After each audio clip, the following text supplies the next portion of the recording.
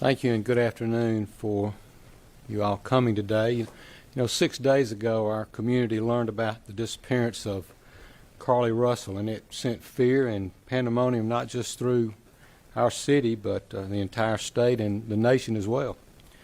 The media quickly joined us to get the word out about Carlee. Our community sprung into action and they organized search parties, arranged prayer vigils, and they took other steps that I'm not even aware of to help in this situation. The Hoover Police Department quickly rallied multiple partner agencies, stopping at nothing to find Carlee. I'd like to take this time to say thank you first to the Hoover Police Department, our partner agencies, our wonderful community, and to all those that aided in some way in connection with this situation. As the days have gone on and more information has been shared, we know everyone has questions. The Hoover Police Department is known for being very methodical and thorough with their investigations. For that reason, we did not feel comfortable speaking in detail publicly until now. It is important that we share this information now so that our community can be put at ease. So at this time, I'll turn the microphone over to Hoover Police Chief Nick Dursis. Thank you. Thank you, Mayor. Thank everyone for being here today. Besides me stands the team who played a significant role in this investigation. I want to thank our department, members of surrounding local law enforcement agencies, the FBI, Secret Service, United States Marshals, and ALEA for their assistance in this case. We said from the evening of July 13th, our focus would be the safe return of Carlee Russell. That occurred on Saturday, July 15th, approximately 49 hours after she called 911 and disappeared. From that point, our focus has been to determine Carlee's whereabouts during that time and what exactly took place. Let me say up front, this investigation is not over. We're still working this case, and we'll be working this case until we uncover every piece of evidence that helps us account for the 49 hours that Carlee Russell was missing. However, through the public interest and in some cases public fear that this story has generated, we owe it to our citizens to tell them the facts that we have uncovered. So I will give you the facts that we know today. On July 13th at approximately 8:20 p.m., Carlee left work from a business at the Summit. Surveillance video from her place of employment shows Carlee concealed a dark-colored bathrobe, a roll of toilet paper, and other items belonging to the business prior to her departure.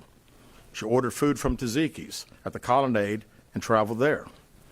She then traveled to Target on 280, where she purchased some granola bars and Cheez-Its. From there, she remained in the parking lot at that shopping center until 9:21 p.m. when she drove to I-459.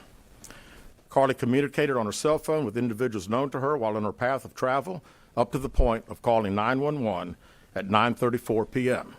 And at this time, we will play the 911 call in its entirety.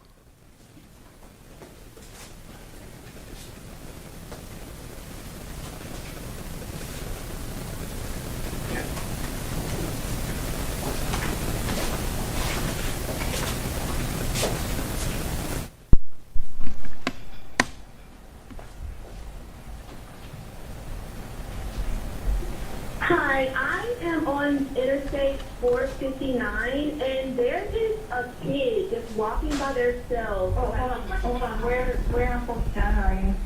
I'm right next to the exit 10 by the Hoover Med, like to get off by the Hoover Med. Okay, so you're before that exit? Yes. Okay, and were you headed southbound or northbound? Like towards Tuscaloosa or towards 280? Towards Tuscaloosa. Okay, and was the child on the left or right side? On the right side. Were they walking northbound or southbound? They're walking towards Tuscaloosa. Walking southbound? Or how old do they look? Like a toddler, like maybe like 3 or 4. Did you pull over with them? Are you still with them? Yes. Okay, are you with the child right now? No, I'm not. I didn't get out of the car. I can see them though. Do you mind staying and keeping an eye on them until we get there? Yeah, sure, yeah. Okay, what kind of car are you in? I'm in a red Mercedes-Benz. Is that a sedan or SUV? SUV. I mean, it's a sedan. Sorry. Can you put your hazards on for me? Yeah, they're on. Okay. Did you talk to the child at all, or did you say anything to them? No. Okay. No. Do they look like they're injured? No, they don't. Are they white, black, Hispanic, or Asian? They're white. Okay. Is it male or female? I think it's a boy, a little boy. White male? Okay. So is he wearing clothes? Yes. Okay. What is he wearing?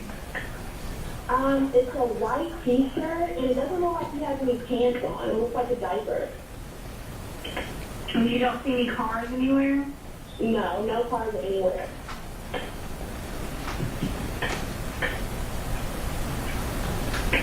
Okay. All right. What's your name? My name is Carlee Russell. And you don't see any injuries on the child from where you're at, correct? No, but I can't really see them that good. Okay. Try to keep an eye on them for the best that you can, because I don't want you to lose track of them. Okay. All right. And do they have shoes on? No. No shoes. Not that I can see. I can't really see that one. Okay. All right. I've got them on the way, okay? Just try to keep an eye on them, but officers are on the way, okay? Okay, thanks. Thank you. Okay, bye. Carlee called a relative after speaking with the 911 operator. She went missing during that conversation sometime after 9:36 p.m. Traffic camera footage was obtained which depicted this portion of the incident, and that footage was analyzed as part of the investigation in conjunction with the 911 call and cell phone data to accurately determine the time frame. Carlee's 911 call remains the only report of a child on the interstate, despite numerous vehicles passing through the area at that time. No one has called to report that a child is missing, and the Hoover Police Department did not locate any evidence of a small child walking down the interstate. Data from Carlee's phone, including her Life 360 app, shows that she traveled approximately 600 yards in her vehicle while she was on the phone with 911, stating that she was following a child. 600 yards. That is 6 football fields straight. 600 yards. The Hoover 911 Center received a second call from Carlee's mother stating that a relative was on the phone with her when they heard Carlee scream, and then they had an open phone line. Hoover police officers arrived on the scene within 5 minutes of being dispatched, and several other officers arrived shortly. They located Carlee's wig and cell phone in the grass near the vehicle. Her purse was located in the front seat of her vehicle with her Apple Watch in the purse. The food she ordered for Tzatziki's was also in the car. The items she purchased from Target, as well as the items taken from her place of employment, were not in the vehicle, nor were they located anywhere around the scene. Hoover Police deployed all available assets from the point in the search for Carlee. Additional resources were called in to include our own drone unit, crime scene investigators. Numerous detectives responded to the scene. Throughout the day Friday, officers from surrounding local and federal agencies assisted Hoover Police in the search for Carlee Russell. Officers returned to the scene on 459 to conduct a thorough line search for evidence. K-9 teams from the Jefferson County Sheriff's Department responded to check for any sign of Carlee, the child that she claimed to see, and anything else that could be considered evidence in this case. Those searches all turned up empty. Private citizens, including search parties organized by her family, friends, began looking everywhere that they could to find any trace. These searches took place throughout the day Friday and again on Saturday, yielding nothing. At 10:44 p.m. on July 15th, the Hoover 911 Center receives a call from Carlee's residence stating that she returned home on foot. In subsequent investigations, detectives obtained surveillance footage of Carlee walking down the sidewalk alone prior to her arrival at her residence. She was conscious and speaking with paramedics when she was transported to UAB. Detectives were able to obtain a brief statement from her prior to being treated and released. During the statement, she told detectives that while traveling down the interstate, she saw a baby walking down the side of the road and called 911. She stated when she got out of her vehicle to check on the child, a man came out of the trees and mumbled that he was checking on the baby. She claimed that the man then picked her up and she screamed. She stated he then made her go over a fence, She claims he then forced her into a car, and the next thing she remembers is being in the trailer of an 18-wheeler. She stated that the male was with a female. However, she never saw the female, only hearing her voice. She also told detectives she could hear a baby crying. She told detectives the male had orange hair with a big bald spot on the back. She said she was able to escape the 18-wheeler and fled on foot, only to be captured again and then was put in a car. She claimed she was then blindfolded but was not tied up because the captor said they did not want to leave impressions on her wrists. She said that they took her into a house and made her get undressed. She believes they took pictures of her, but she does not remember them having any physical or sexual contact. She stated the next day she woke up and was fed cheese crackers by the female.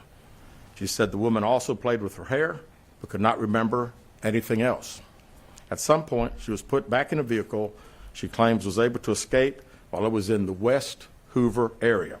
She told detectives she ran through lots of woods until she came out near her residence. During this interview, detectives noted that Carlee had a small injury to her lip, and she claimed that her head was hurting. She also had a tear in her shirt. Detectives also noted that she had $107 cash in her right sock. Out of respect for Carlee and her family, detectives did not press for additional information in this interview and made plans to speak with her in detail after giving her time to rest. Detectives continue analyzing data from Carlee's cell phone that was left behind at the scene. We enlisted the help of the United States Secret Service in conducting this analysis. Part of what data includes several internet searches in the days leading up to her disappearance that I think are very relevant to this case. On July 11th at 7:30 a.m., the term, "You have to pay for an Amber Alert," was searched. On July 13th at 1:03 a.m., the day of her disappearance, the term, "How to take money from a register without being caught," was searched. On July 13th at 2:13 a.m., the day of her disappearance, the term Birmingham bus station was searched. On July 13th, 2:35 a.m., a search for a one-way bus ticket from Birmingham to Nashville was conducted with a departure date of July 13th.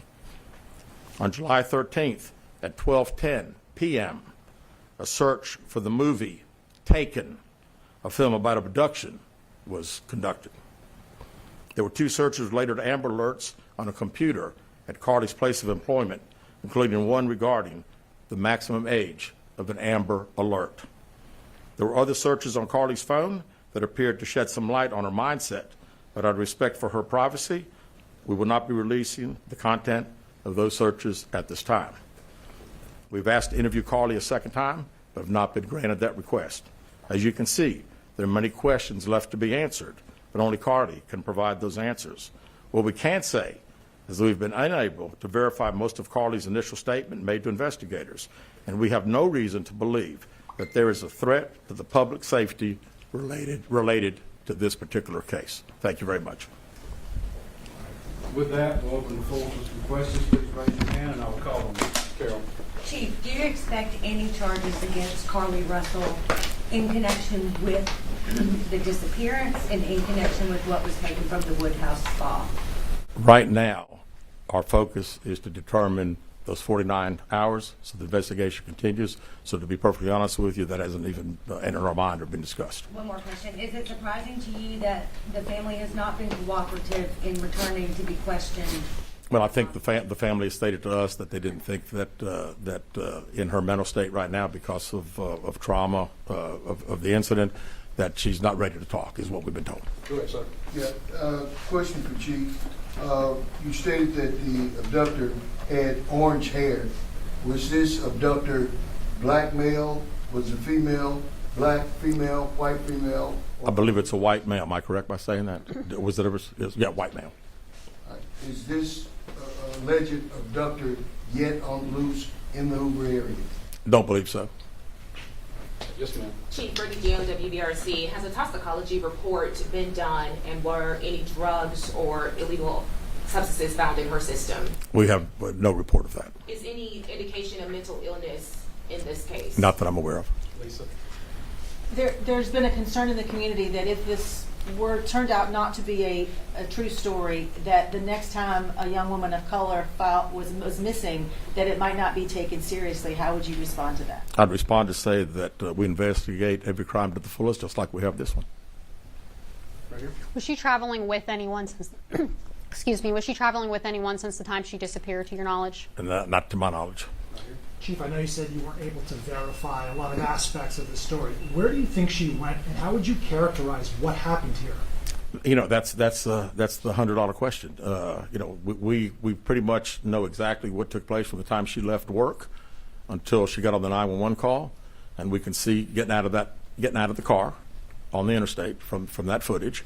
And after that, I think she only knows. We don't know. Well, one quick follow-up. Her parents. Did you speak with Carlee's parents, and why do you think it is they were so adamant that there was an abductor?